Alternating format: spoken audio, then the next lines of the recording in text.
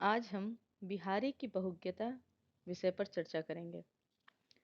जो कवि जितना शास्त्रज्ञ पंडित एवं प्रतिभा संपन्न होगा, उसकी कविता में उतनी ही व्यापकता, विशदता एवं बहुज्ञता उपलब्ध होगी।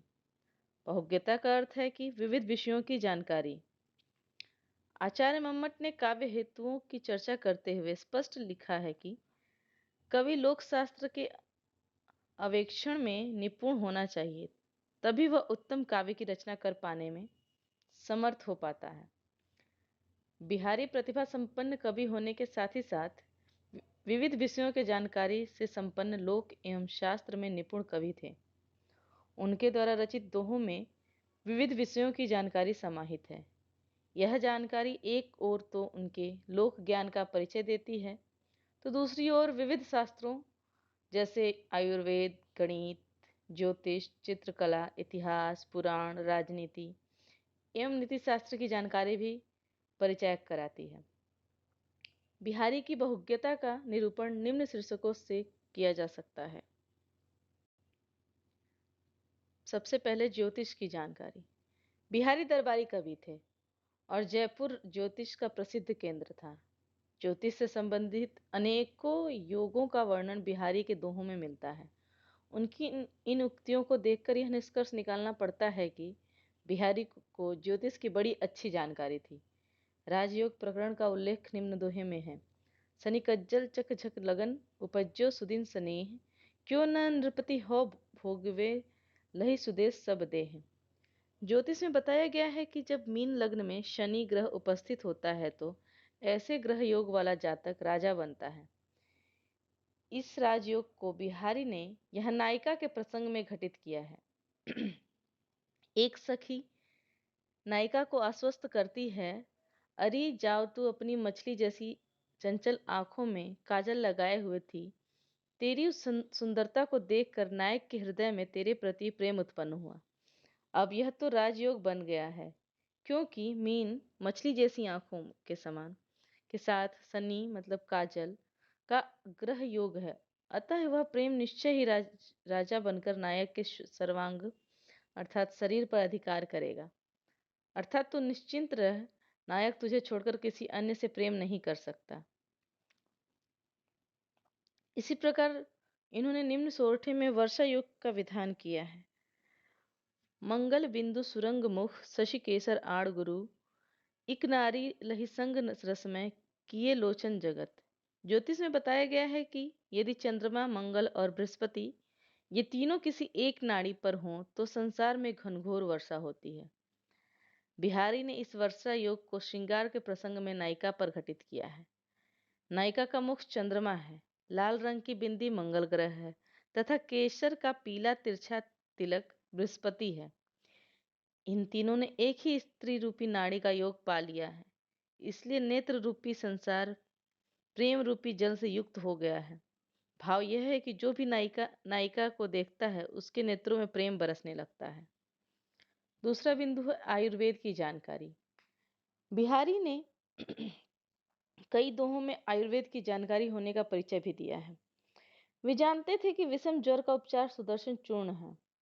निम्न दोहे में इस जानकारी का उपयोग श्लेष का समावेश करते हुए किया गया है।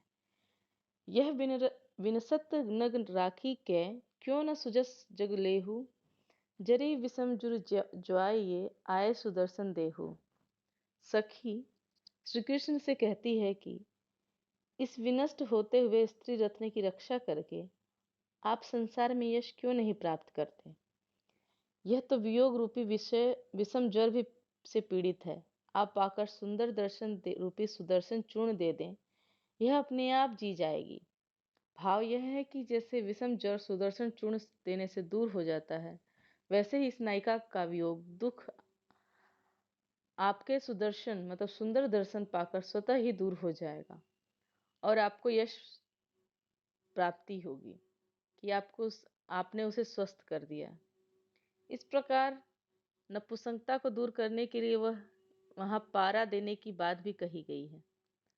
बहुधनु लय अहसानु के, पारो देत सराही, वैद वधु हंसी भेद सौ, रही नाह मुँह चाही। वैद्य जी ने नपुंसकता को दूर करने के लिए बहुत सारा धन उस व्यक्ति से ऐंठ लिया और ऊपर से हसान करते हुए पारा दिया।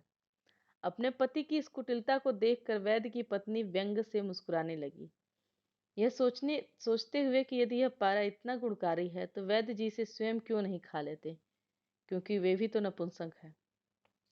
राजनीति की जानकारी। बिहारी ने श्रृंगार वर्णन के अंतर्गत राजनीति की जानकारी का उपयोग भी किया है। राज्य के अंगों की बात उन्होंने इस दोहे में कही है। चतुर राजा अपने सहायकों की पद वृद्धि करके सुशासन स्थापित करता है। अपने अंग के जान के जो बने नृपति प्रवीण, तब मन नयन नितंब को बड़ो इजाफा कीन। यौवन रूपी राजा ने अपना सहायक समझकर नायिका के स्तन, नेत्र, नितंब और मन की चतुराई में बड़ी भारी वृद्धि कर दी है। वे यह भी बताते हैं कि यदि सेना का हरावल दस्ता कमजोर हो तो मुख्य सेना पर अचानक विपत्ति आ पड़ती है। जैसे जुरे तुहुनु के दृग, झमकी रुके न झीरे चीर, हलुकी फौज हरोलू ज्यों, परल गोल पर भीर। द्वैत शासन प्रणाली में राजा को जो अत्याचार एवं कुशासन झेलना पड़ता है, उसका उल्लेख वे इस दोहे में करते हैं। दूसरा दुराज प्रजानु को क्यों न बढ़े दुख धुंध, अधिक अंधेरा जग जरे करे, मिलिस मानव रविचंद। नीति शास्त्र की जानकारी। बिहारी सस्ते में नीति के अनेक दोहे हैं जो उनकी नीति शास्त्र की जानकारी का प्रमाणिक परिचय देते हैं। वे जानते हैं कि आज इस दुनिया में दुष्टों को पूजा जाता है, भले व्यक्तियों का तिरस्कार किया जाता है। बसे बुराई जासु तन, ताहि को सन्मानु, भलो भलो कही छोड़िए, खोटे ग्रह जप जानू। वे यह भी जानते हैं कि केवल गुण ग्राहक ही गुणों का सम्मान कर सकते हैं। किसी गुणी व्यक्ति को जो तिरस्कार पाने में हताश हो गया हो, वे समझाते हुए कहते हैं, चल्यो जाई हक को करे, हाथिनु के व्यापार, नहीं जानत तो पुर बसत धोबी और कुम्हार। अरे तू यहाँ से चला क्यों नहीं जाता, यहाँ हाथियों का व्यापार करने वाला कोई नहीं है। क्या तू जानता नहीं कि इस गांव में तो धोबी, ओढ़ और कुम्हार बसते हैं, जिन्हें गधों से काम करना पड़ता है, हाथियों से उनका क्या वास्ता। अगला बिंदु है इतिहास पुराण की जानकारी। बिहारी ने यत्र तत्र इतिहास पुराण के ज्ञान का परिचय अपने दोहों में दिया है। उन्होंने महाभारत के उस प्रसंग की जानकारी है जिसमें बताया गया है कि दुर्योधन को जलस्तंभ क्रिया आती थी, जिसके प्रभाव से वह सरोवर में जा छिपा और जल से अप्रभावित रहा। विरह विथा जल परस बिनु, बसियतु मोमन ताल, कछु जानत जल थंभ विधु, दुर्योधन लो लाल। हे प्रिय, आप मेरे मन रूपी सरोवर में विरह व्याथा रूपी जल का स्पर्श किए बिना निवास करते रहते हैं। यह देखकर मुझे तो लगता है कि आप दुर्योधन की भांति कोई जल स्तंभन क्रिया अवश्य जानते हैं। इसी प्रकार उन्होंने श्री कृष्ण द्वारा अघासुर के वध का वृत्तांत भी पता था, जिसका उल्लेख वे निम्न दोहे में करते हैं। यो दल काढ़े बलक तैं, तैं जय सिंह भुआल, उदय अघासुर के परय, ज्यों हरि गाय गुआल। अगला बिंदु है गणित की जानकारी।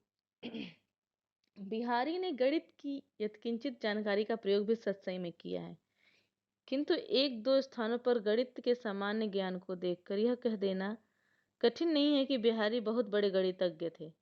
वे जानते थे कि अंक के आगे बिंदी लगा देने पर अंक 10 गुना हो जाता है, किंतु स्त्री के मस्तक पर बिंदी लगा देने से उसका मूल्य अगणित गुना बढ़ जाता है।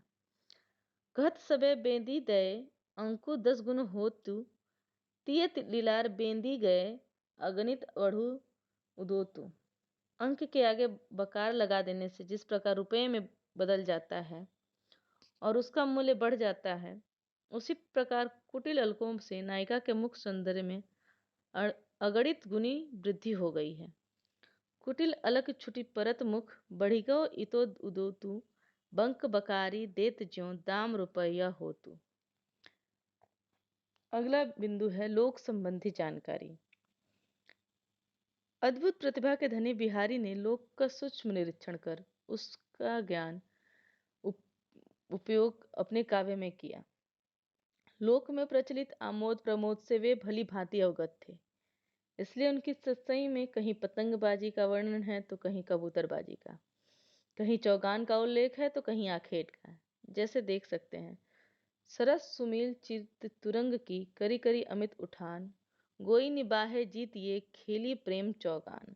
इतना ही नहीं, अपितु बिहारी ने प्रचलित अंधविश्वास, जादू टोनों आदि का भी वर्णन किया है। चोरों का भेद खोलने के लिए वे इस उस कटोरी का उल्लेख निम्न दोहे में करते हैं, जो अभियंत्रित करके चलाई जाती थी। बाही तो ठहराती यह कविलनवी लौट ढीली। लोक में प्रचलित त्योहारों, होली आदि का उल्लेख भी उनके दोहों में उपलब्ध होता है। बिहारी ने दर्शन, अध्यात्म एवं ईश्वर विषयक जानकारी का उपयोग भी अपने दोहों में किया है।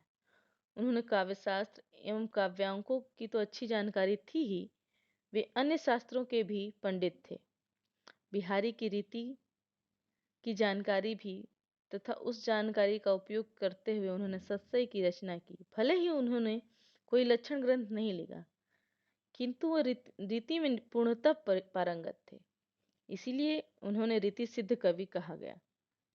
विभिन्न प्रकार के नायिका वेदों, अलंकार, भावों एवं रसों के वे मर्मज्ञ थे। निम्न दोहे में खंडिता नायिका के समग्र लक्षण उपलब्ध हैं, साथ ही मुद्रा अलंकार का प्रयोग भी है।